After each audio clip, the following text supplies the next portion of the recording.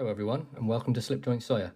Today we're going to be taking a look at an old, discontinued and vintage Swiss Army knife. Now this is one I picked up at an antiques fair over the weekend and I got it for an absolute bargain. And we're going to be taking a look at a very early Alox Bantam. And as you can see, we've got one of the older style shields in it. Now apologies for my hands, I've been working and I didn't wash them, so oh well.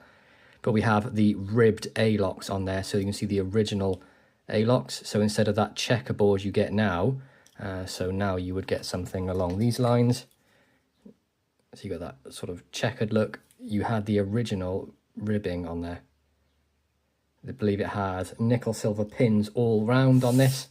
And being the Bantam, it is a one layer Alox.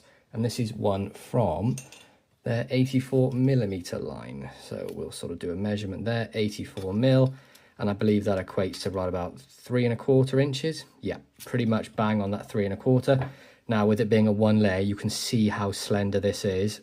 This would be a perfect gentleman's carry or carry to some sort of an event or function or just to pop in a suit pocket.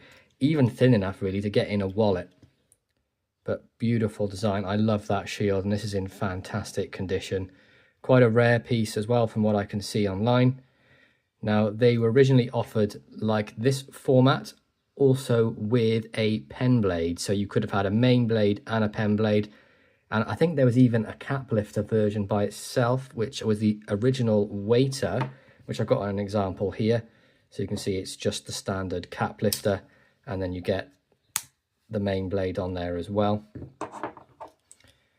You can see beautiful quality on this. There's not a gap in sight, and you've got that ribbing on the back there as well.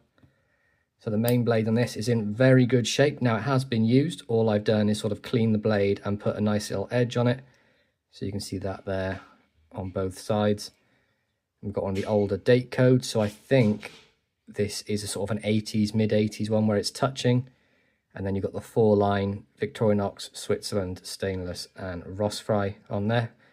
Of course, stainless and Rossfry pretty much mean the same thing. Great action. About a 6 pull on this, and then we have a blade length on these of full blade length of 2.5, and then a cutting edge of between 2 and 2 1/4, 2 1/8 maybe. Perfect little gentleman's slim carry this, really.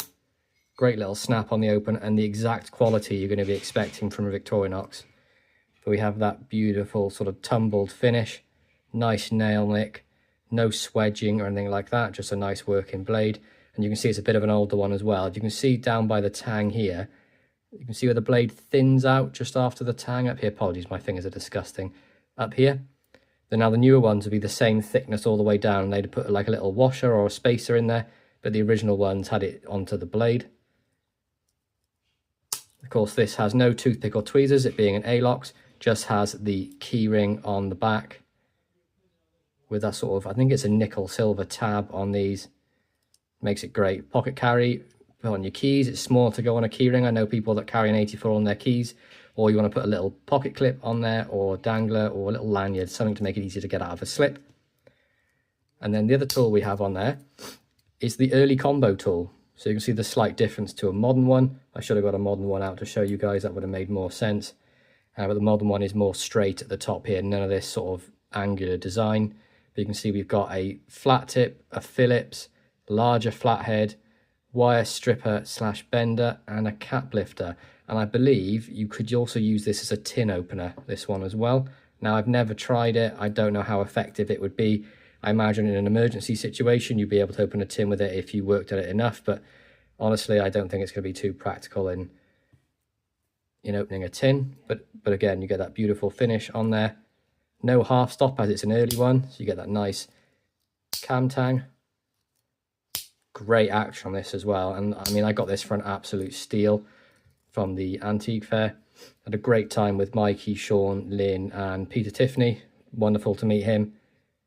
We all picked up some absolutely corking knives, and there's going to be a Lost Boys live show tonight, and about half an hour when this goes live actually, 7:30 PM UK time on my channel. It'll be myself, Sean and Mikey Newman will be showing off our purchases for the show. One of which was this, and actually the original waiter as well, which I thought said Borat on it, but it's not, it's Boart. But it's a beautiful colour, this sort of yellow golden colour. This one's an older one as well. Take a quick look at this while we're here. Victorinox Switzerland stainless Ross fry, and then nothing on the back.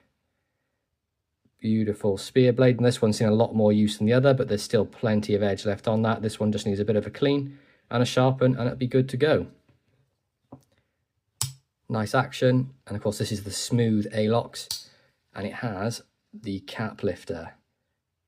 So this was the original waiter, from what I can believe, if I'm going off of SAC Wiki, that is. I can't see the yellow on there. It does have red and silver, but I guess they were available models, whereas this, you clearly see, is done as an advertising knife, and there's actually a picture above with them, and there's multiple colours with the cap lifter. But it's a beautiful yellow, great condition as well. Looks barely sort of touched the covers, they're not really scratched at all. Nice and slender design.